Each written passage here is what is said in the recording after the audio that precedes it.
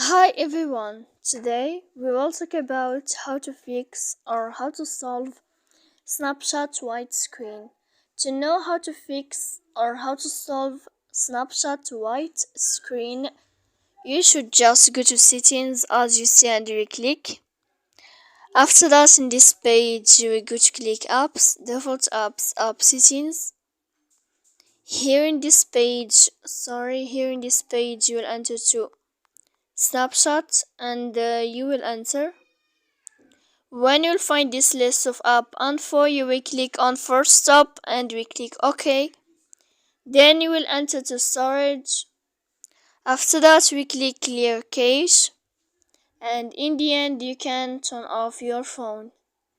So please don't forget to support us by like and subscribe. See you next time in another video.